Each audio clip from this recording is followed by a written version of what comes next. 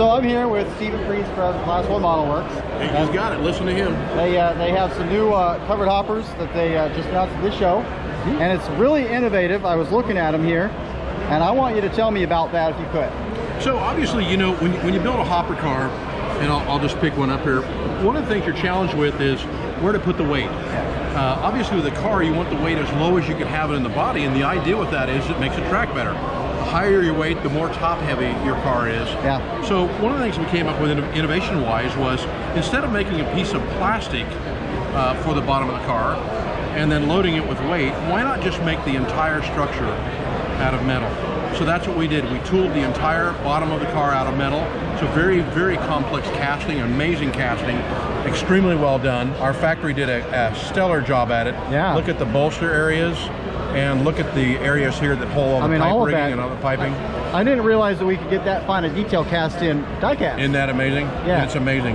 And of course then, you know, parts are added on to that. If you look here, you know, we've got all our hopper slides on it, and then we also have our vibrator brackets that are fit in there, and see, that's all tooled for. Okay, in the that way they line shell. up. You don't have one come twisted popping off. Yeah, exactly. And then the ends are beautiful, very fine, very rugged, one-piece hard plastic, including the stirrups. So the stirrups aren't separate on this car. Literally, if you're going to pop the stirrup off of here, you're doing something pretty serious to the car to damage it, because it's not a separate piece. Now you're not going to have a stirrup missing because it got bumped, but the rest of it's still there. Correct, unless you really bump it with something. I mean, if you drop it on the floor, you may break the stirrup off the car, but it's not a separately applied piece.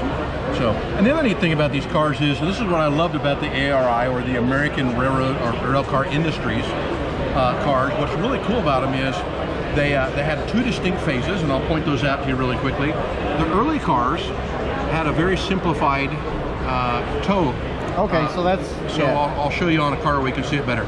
So you notice this is kind of a vertical toe area here. Yes. And then the later cars, you'll see it in brass here, had kind of a square toe area. And there's also a different amount of panels or ribs on the side of the car. And so that's one of the differences in the two cars between the late and the early. The other thing is, if you look here, I'll line these up, we have a huge variety of roof hatches. These cars had really cool roof hatch arrangements. This one in particular is my favorite. It actually has a three-part roof hatch. You have a long trough hatch for like grain loading. Then you have a square hatch for commodity, and then you have a round hatch that can open up as well out of that square hatch. So it's quite amazing.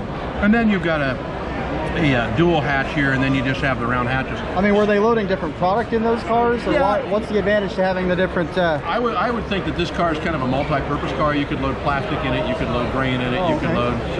And what goes to support that a little more is the fact that it's got multiple unloading arrangements. You've got pneumatic unloaders on the bottom that you can hook a pneumatic hose up to and unload that way, and then you've got two different types of slides.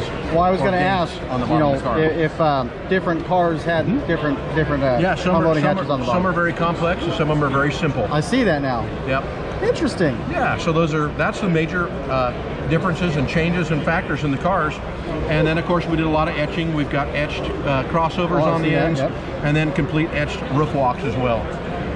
So great car, fantastic prototype. There were a lot of them out there. It's got the right amount of weight to it. I mean, it's not so heavy that my smaller engines aren't going to be able to pull it. But and it's in the NMRA spec. Of course, we design around the NMRA spec. But look at all the brake rigging, detail, the brake rigging in the car. I love that. So it's they're a neat car, beautiful car. The piping, is that just brass wire? Yeah, it is. It's metal wire. It's awfully fine to be. You can see it in here if you want to see what the raw looks like. So that's all hand bound and all hand installed, right down to the bleeder rods. Oh, nice. Oh, wow. On the car, it's all there. Oh, wow. So these cars also have rotating bearing caps on them, which a lot of cars do now, but I want to point that out. The blue bearings are Brenco, made by a company called Brenco. So when you see blue bearings on cars, a lot of times they'll be from the Brenco. Now, one thing that I've noticed in some of the cars that I weather is I'll go to paint the trucks, and then I end up painting over the fancy blue. Should I take that blue cap off, weather the trucks, and put the blue cap on? Not necessarily. How would they look in the prototype? So, like anything, things weather. So you have a brand new car, it rolls off the assembly line, and it's got bright, shiny blue. That gets dirty over time. I have seen cars that have blue Brenco bearing caps on them that you could hardly even see they were blue. You still can, just rarely, but they get dirty. Now, you'll change out wheels periodically. So you may get, and this is all rail cars, you may get any car that's had a wheel set changed out and it's got brand new shiny Brenco bearings on it. That is true. You know, any of the above, and generally a combination of everything. So these cars are going to be available late summer, early fall. And these are our test shots for the cars. These are the production samples? Yeah, these are production. Oh, they are production. They are. They're production samples. I went ahead and painted a bunch of them. Okay. So they all came like this. So these are our samples. I painted them so we'd have some nice looking stuff at the show. And there we go. They're going to retail. These are pad printed? What's that? Did you decal these, or are these pad printed? Yeah, those are decaled. Okay. Wow. Yeah, I mean, so Bill Brillinger at PDC in Canada, he'll print decals for you. Oh, okay. So what we did is I just took the artwork from the actual cars, sent them up to Bill, and he prints the decals, and then I painted them. So yeah, they're going to be $59.99. We're doing a whole bunch of different roads, and each of the roads will have 6 road numbers. Okay. And then periodically, like if you want to make an entire Kansas City Southern unit train, we will be doing re-releases of the car periodically, an additional 6 numbers. Okay. At any time, will you offer them in a bulk pack, like a 6-pack, or a don't know yet, unit train pack? Don't know. We haven't decided that yet. We very well may. You're the first person that's actually made that suggestion. Well, I'm good at asking you the questions that nobody thinks to ask. We thought about it. So currently that's not available, but we may look at it. Okay. Yeah, I mean that'd be one quick way for somebody to build out a train where they know they're going to get different numbers, especially if they buy set number 1 with the first 6 numbers and set number 2. Exactly. Then they're not going to they don't have to be trying to match numbers too, and track numbers. Yeah. So, well, thanks for your time, Steve. I appreciate you bet. being here. I appreciate your podcast. Yeah. All right. Absolutely. See ya.